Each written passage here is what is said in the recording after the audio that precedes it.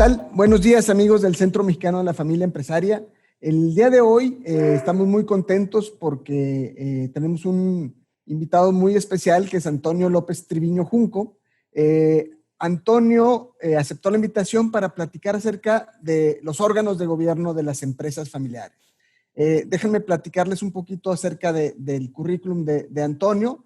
Bueno, él es consultor y consejero de empresas familiares, abogado especializado en el área mercantil y sucesoria, oficial de la Notaría Castro Cotorruelo en Cádiz, es conferenciante habitual en jornadas de formación para las empresas familiares, profesor invitado en la enseñanza impartida en las cátedras de empresa familiar de diferentes universidades de Andalucía, y además es integrante del Consejo de la Empresa Familiar de la Confederación de Empresarios Andaluces.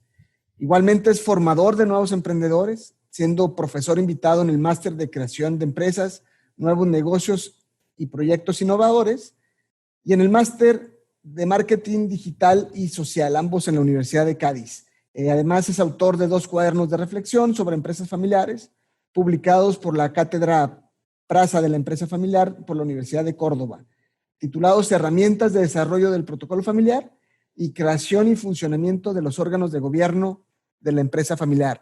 Antonio, muchísimas gracias por aceptar la invitación de platicar el día de hoy de este tema que se conoce poco y que quisiera que nos compartieras un poquito acerca de estos órganos de gobierno, cómo dirigir la empresa desde ahí.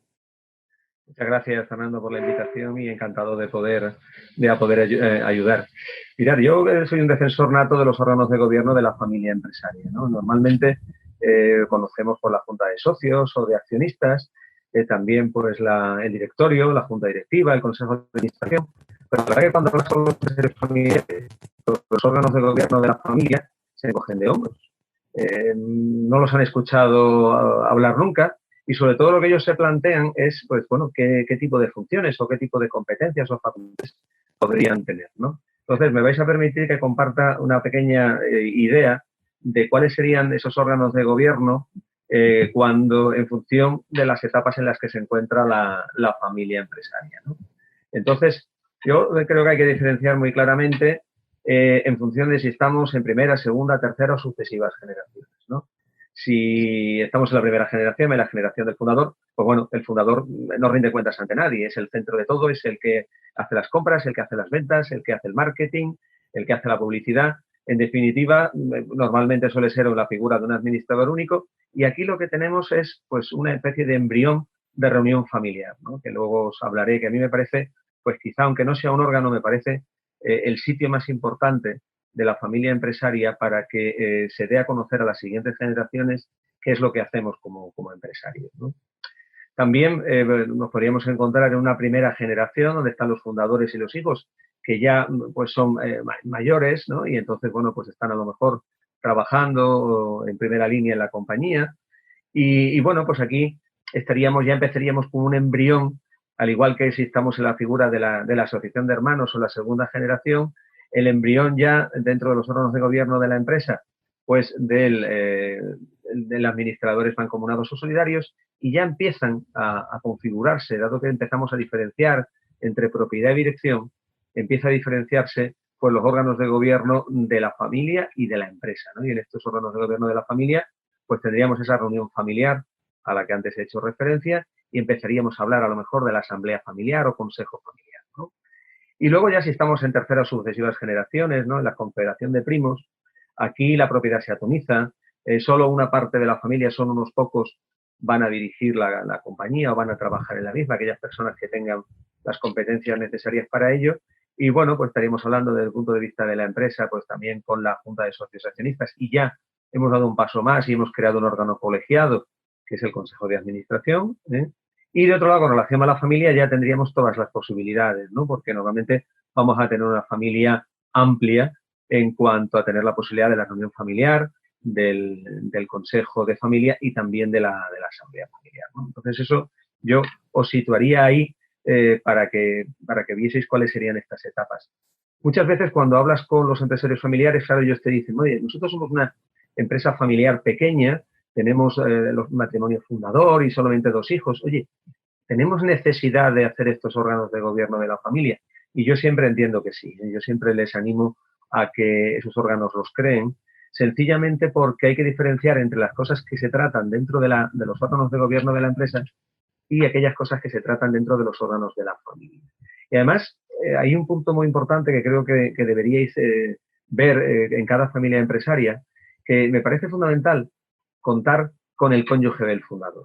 Aquí, si el cónyuge del fundador es la mujer, tenemos el CEO emocional, es decir, tenemos por un lado el CEO de la empresa y por otro lado tenemos aquella persona que aglutina a todos los miembros de la familia, ¿no? A todas las crías del clan, y que puede ser un elemento muy importante para la cohesión de la empresa familiar. Yo además muchas veces estoy trabajando ahora, por ejemplo, con una familia, vamos, son 3 familias que son amigos, y lo que hemos hecho ha sido pues colocar como presidentes del Consejo de Familia a los cónyuges de los fundadores. Entonces, como son 3, vamos a ir rotando una vez al año cada una de ellas, y luego cuando llegue el 4.º año pues volveremos a empezar otra vez. Entonces yo creo que es muy importante implicar a esos cónyuges del fundador, y sobre todo si ese cónyuge del fundador es una mujer, mucho más que los hombres, tiene esa labor, tiene esa cohesión entre todos los miembros de la familia, Fernando. Claro. Y es un tema también un poquito de disciplina, porque hay que reunirse y hay que quizá abrir temas que no estamos tan acostumbrados a abrir, o que quizá se toman únicamente del lado de la empresa, ¿no? Ahora, el Consejo de Familia tiene justamente esta función de abrir temas en donde se relaciona el patrimonio con la familia y la manera que tengan estos de emprender. Pero, ¿qué es exactamente el Consejo de Familia? Mira, exactamente, el Consejo de Familia es aquella reunión de los miembros de la familia donde no solamente están aquellos familiares de sangre, sino que yo animo a que puedan estar también algunos familiares políticos, los in-law, porque ahí es donde se van a tratar los temas de la familia que van a afectar a la empresa, ¿no? Si me dejáis, comparto otra diapositiva, donde podéis tener esta diapositiva desde la Cátedra Prasa de Empresa Familiar de la Universidad de Córdoba, en España, y ahí tenéis reflejado de una forma directa cuáles serían aquellos temas en que se van a tratar dentro del Consejo de Familia, ¿no? Si queréis, empezamos por las agujas del reloj y empezamos por la parte exterior, ¿no? Y fijaros que hay una madre o un padre que dice que tienen unos hijos maravillosos, pero que no quieren depender de ellos para el futuro, ¿no? Entonces, bueno, hay que plantearse, oye, ¿cómo va a ser ese relevo generacional en relación al patrimonio del fundador? Oye, el viernes voy a tener un determinado sueldo porque trabajo, pero el lunes me he jubilado. Yo tengo asegurado que voy a tener la misma perfección económica en ese lunes que la que tenía el viernes. Fijaros después, aquí dice la hija o el hijo, da igual, dice, debe estar mi marido o mi mujer en la empresa. Oye, vamos a permitir que los parientes políticos o los in-law vayan a trabajar dentro de la compañía. Fijaros también aquí a continuación, un hijo o una hija que dice, no tengo por qué ser presidente, ni siquiera quiero trabajar en la empresa familiar. Me gustaría emprender mi propio negocio.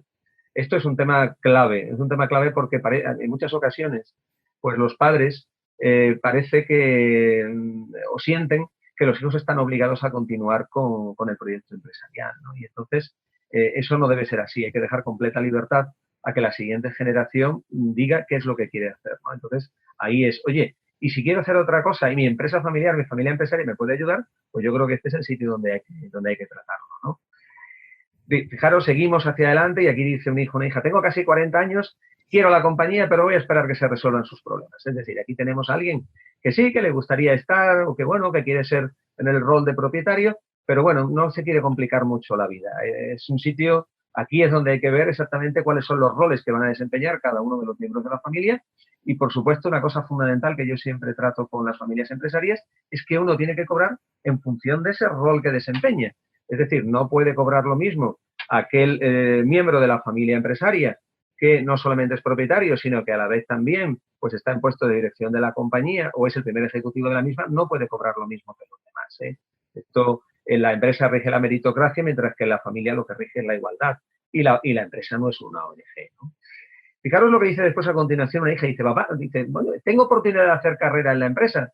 Es aquí, en el Consejo de Familia, donde hay que estudiar, oye, cuál es la posibilidad de que la siguiente generación la posibilidad de que los miembros de la familia empresarial puedan trabajar o no dentro de ella. Lo clave es hacer relación de puestos de trabajo, determinar cuáles son pues, las edades necesarias para el desempeño de los puestos, qué habilidades o qué competencias voy a tener y, evidentemente, este es el sitio clave donde hacerlo, ¿no?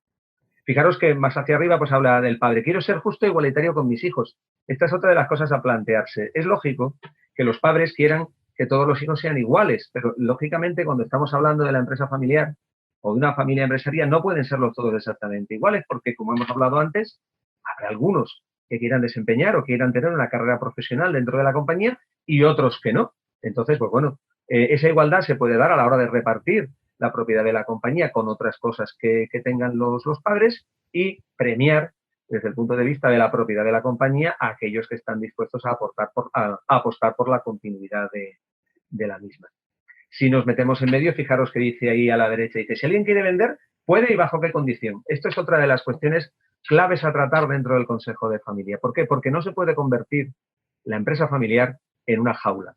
No se puede convertir, o sea, no podemos obligar a que los miembros de la familia empresaria que sean propietarios, salvo que se trate de una familia empresaria cuya empresa cotiza en bolsa, a estar siempre unidos. Hay que fijar sistemas de valoración y de manera que, oye, que todo el mundo sepa a 2 o 3 años qué valoración tiene la compañía y que yo me pueda marchar en algún momento porque mi propia empresa me va a poder comprar esas participaciones, ¿no? Fijaros también otra pregunta clave, ¿no? Oye, ¿tienen los niños automáticamente derecho a ser miembros, a ser empleados de la empresa familiar? Pues no, porque lógicamente cuando pasemos de esa primera situación del fundador en primera generación, fundador con hijos pequeños, y a medida que estos crezcan y puedan desarrollar sus habilidades dentro de la compañía, pues habrá algunos que tengan mejores competencias y habilidades y otros que no. Y por tanto, pues no se tiene por el mero hecho de tener ese apellido la posibilidad automática de ser empleado, de trabajar dentro de la compañía, ¿no? Otra pregunta clave que tienen que hacerse en este caso los fundadores, oye, ¿cuánto tiempo planea papá o mamá estar en el mando? Es básico también para la continuidad de la empresa familiar que los fundadores de la compañía establezcan cuándo se van a marchar. ¿Cuándo se van a marchar? Da igual la fecha, si quieren con 65 años, con 67, con 70, pero es clave porque normalmente se tardan entre 5 y 7 años en hacer un buen relevo generacional, ¿no? Entonces, es cuestión de si sabemos ya cuál es el momento en que se van a marchar los padres, podamos hacer ese relevo con una antelación suficiente y además les permitirá, como antes apuntábamos, que puedan seguir teniendo percepciones económicas similares a aquellas que tenían cuando estaban trabajando. ¿Por qué? Porque lo han planificado. En definitiva, es un tema de planificación, ¿no?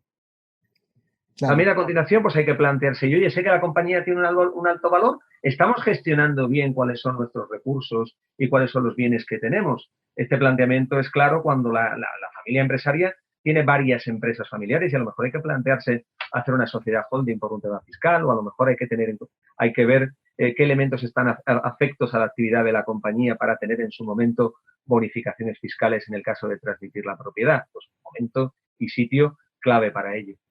Otra pregunta también importantísima.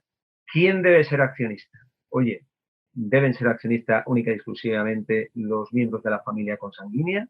¿Podría serlo en algún momento algún extraño? Si tengo varias ramas familiares, que se puedan vender esas participaciones dentro de cada rama familiar para mantener el mismo porcentaje de propiedad que hay.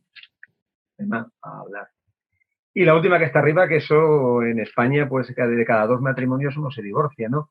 ¿Qué ocurre si hay un divorcio? Pues hombre, lógicamente los fundadores deberían tener, pues oye, si no deciden transmitir la propiedad de la compañía en vida, pues sí deberían tener hechos unos testamentos que les permita asegurarse de que en caso de que se produzca esa situación, pues oye, la propiedad de la compañía siempre va a quedar en manos de la familia de sangre. Como ves, Fernando, pues hay una cantidad de temas a tratar, pues que yo creo que son claves. Y alguien me diría o pensaría, bueno, ¿y esto por qué no lo tratamos en los órganos de gobierno de la empresa? Mira, yo creo que esto no tiene nada que ver con los órganos de gobierno de la empresa. Sí pueden afectar, lógicamente, pero ¿pensáis que esto es competencia de una junta de socios donde a lo mejor hay personas que no son miembros de la familia o en un consejo de administración donde hay algún externo? Mire usted, estas son cosas que hay que tratar previamente allí. Y otra cosa que yo hago siempre cuando hay esas reuniones del Consejo de Familia, que os insisto, alguien puede plantearse, no, hombre, pero estos son para familias muy grandes y demás. No, mirad, perfectamente posible, fundadores, hijos y el cónyuge o pareja estable de alguno de ellos para empezar a hablar de estos temas y empezar a escuchar, sobre esto que estamos tratando. Hombre, si la familia es muy grande, yo trabajo ahora mismo con una familia que son 5 fundadores y 17 primos. Entonces tenemos, aparte del Consejo de Administración y la Junta de Socios, tenemos, por un lado, la asamblea familiar, donde están los 5 fundadores con sus esposas, y están los 17 primos, pues con los cónyuges o parejas que tengan un mínimo de 5 años con una relación estable. Y luego está el consejo de familia, donde están los 5 fundadores y donde está también un miembro de cada rama familiar. Pero otro de las Claro. cuestiones cruciales también, que yo siempre os aconsejo y yo siempre hago, es formación a la familia empresaria. Yo dedico aproximadamente siempre que tenemos alguna reunión, media hora, a tratar temas de actualidad para las empresas familiares, relativas a virtudes y deficiencias de las empresas familiares, la profesionalización, la determinación de roles, plan estratégico familiar, derechos y deberes de los propietarios, cómo mejor transmitir la propiedad.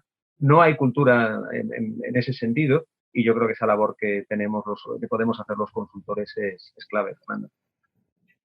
Es muy importante el tema de la educación para que la familia entienda la importancia de tratar estos temas y de previamente haber hecho un traje a su medida al momento de la redacción del protocolo, porque a lo mejor no todas las familias piensan igual, ni tienen la misma visión, ni los mismos intereses. Habrá alguna familia que sí acepte que entren los familiares políticos, habrá quien prefiera que no.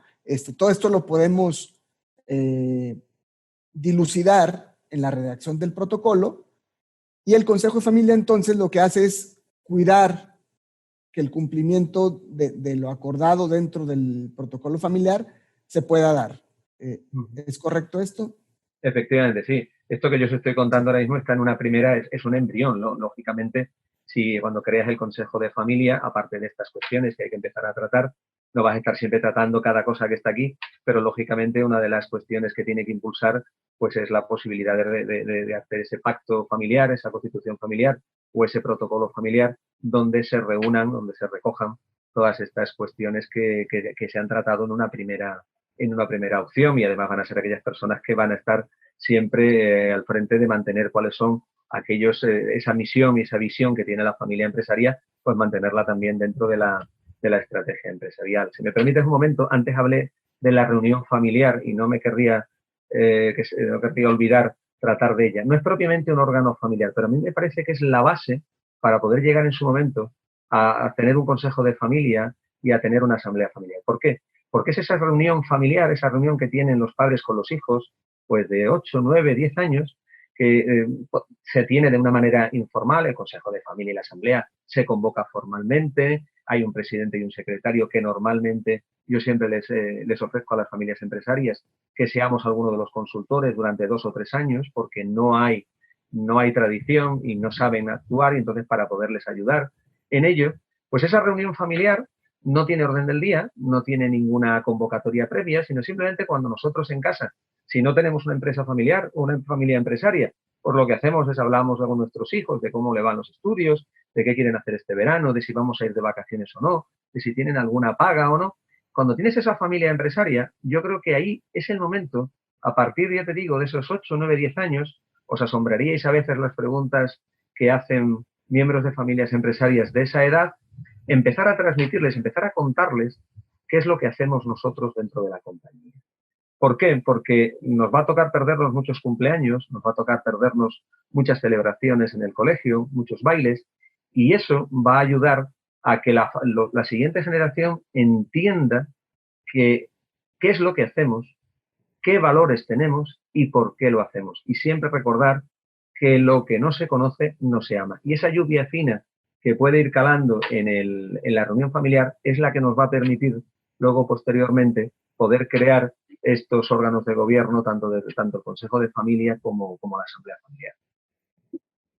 Claro, es muy importante ir invitando a las siguientes generaciones y el Consejo de Familia es un lugar básico para que conozcan justamente la misión, la visión, hacia dónde quieren dirigirse como familia empresaria. Es muy importante.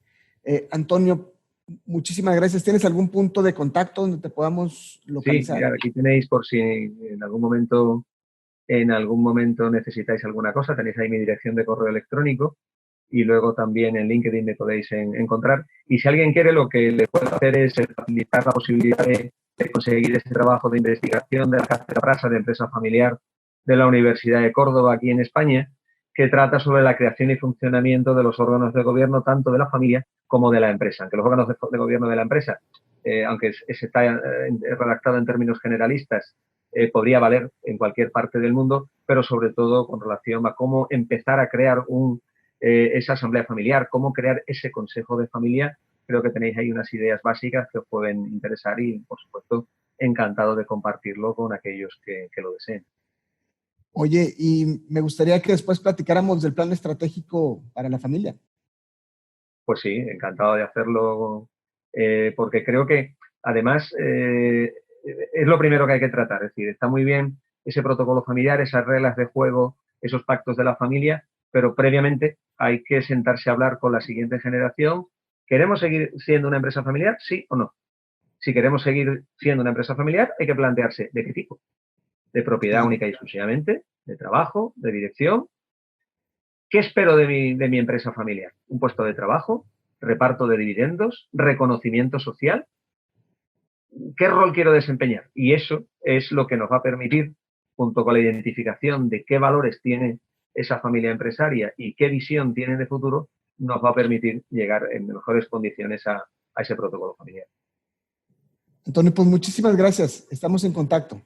Muy bien. Gracias por la invitación y a vuestra disposición cuando lo necesitéis. Vale, te mando un abrazo. Que estés muy Igualmente. bien.